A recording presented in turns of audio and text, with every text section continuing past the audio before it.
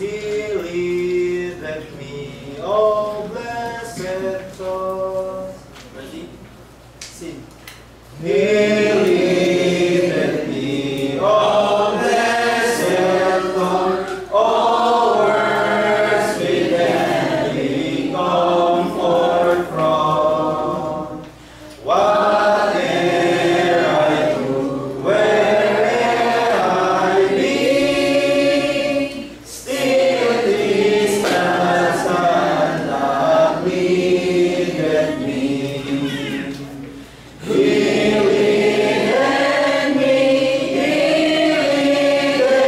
me by His own hand. He leadeth me. His faithful follower I would be, for by His hand He leadeth me.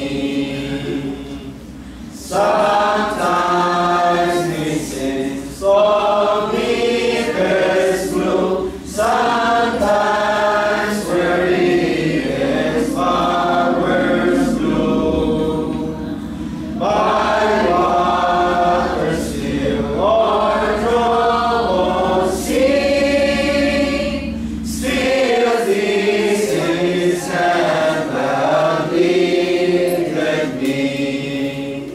He leadeth me by His own hand. He leadeth me.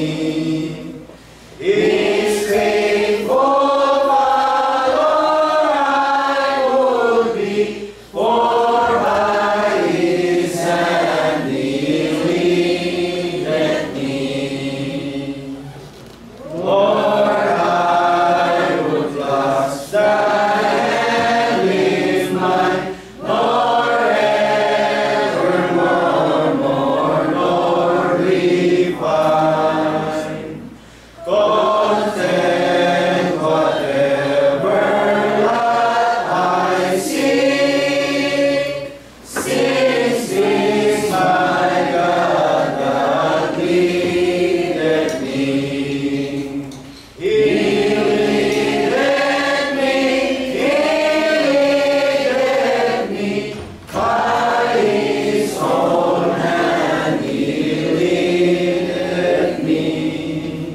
His faithful follower I would be, for by His hand He leadeth me.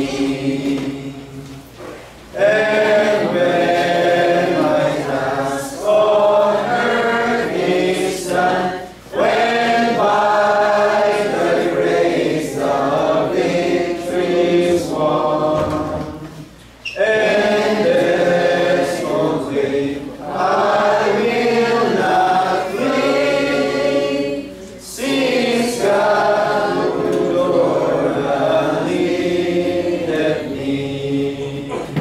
He leadeth me by His own hand. He leadeth me. His faithful follower I would be, for by His hand He leadeth me. Tayo po ay sama-samang magpupul ng panalangin. Dakila naming Ama, Ikaw na Diyos na pinakamakapangyarihan sa lahat. Ikaw po na lumikha ng mga langit at ng lupa at ng lahat ng bagay na narito, pati ng aming mga buhay. Lubos po kaming nagpapasalamat sa umagang ito sa lahat po ng pagpapala at biyayang aming natatanggap na mula sa inyo. Lahat po ng kabutihang nangyayari sa aming mga buhay ay aming po pinagpapasalamat sa inyo. Kami po ay sama-samang dumadakila at sumasamba sa inyong dakilang pangalan. Sa inyo lamang po ang kaluwalhatian at wala na po iba. At sa umaga po ito, hindi po sapat ang aming mga labi upang kayo pasalamatan sa lahat ng mga bagay at kabutihang ginagawa niyo sa amin sa araw-araw. Salamat po sa kalakasan ng pangangatawan at sa pag-iisip na amin pong na inyo pong ipinahihiram sa bawat isa sa amin na amin pong nagagamit sa pang-araw-araw upang magawa namin ang aming mga responsibilidad, pati na rin po ang aming pagsamba sa iyo sa oras na ito. Kung kaya't kami po ay iningatan yung makarating sa dao ito upang kayo sambahin namin sa Espiritu at Katapatan. Dalangin din po namin ang iba naming kapatid na kasalukuyang parating sa lugar na ito upang sumama sa amin sa pagsamba sa inyo po sa harapan nito sa katangilan ng mga. Patuloy po kami humihingi ng kapayapaan sa buong sandali ng aming pagsamba sa iyo at paggabay sa itatayo niyo pong lalaki sa harapan namin, bigyan niyo po siya ng katalinuhan at matalinong puso upang maihayag na sa amin ang inyong mga salita at mga katuwiran nang sa gayoy maging kapaki-pakinabang po ito sa amin. Gayon din po ang bawat isa sa amin na bigyan niyo po ng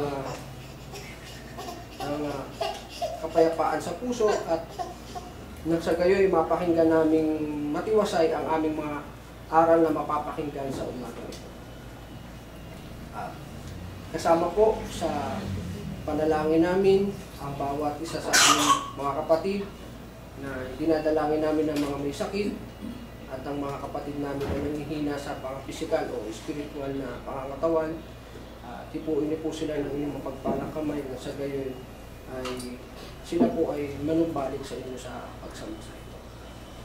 Gayon din po ang paghingi namin ng mga kapatawaran sa aming mga nagagawang pagkakamali, pagkukulang sa iyo. Anuman po ang mga bagay na hindi namin nasambit, umaasa po kami na kayo ang mas nakakaalam ng aming mga pangangailangan. Sapagkat ito po ay aming hinihiling at dinadalangin sa mataas na pangalan po ng aming Panginoong Kristo sa pinipubugtong na anak ng aming Diyos at tagapagligtas. Amen. Amen.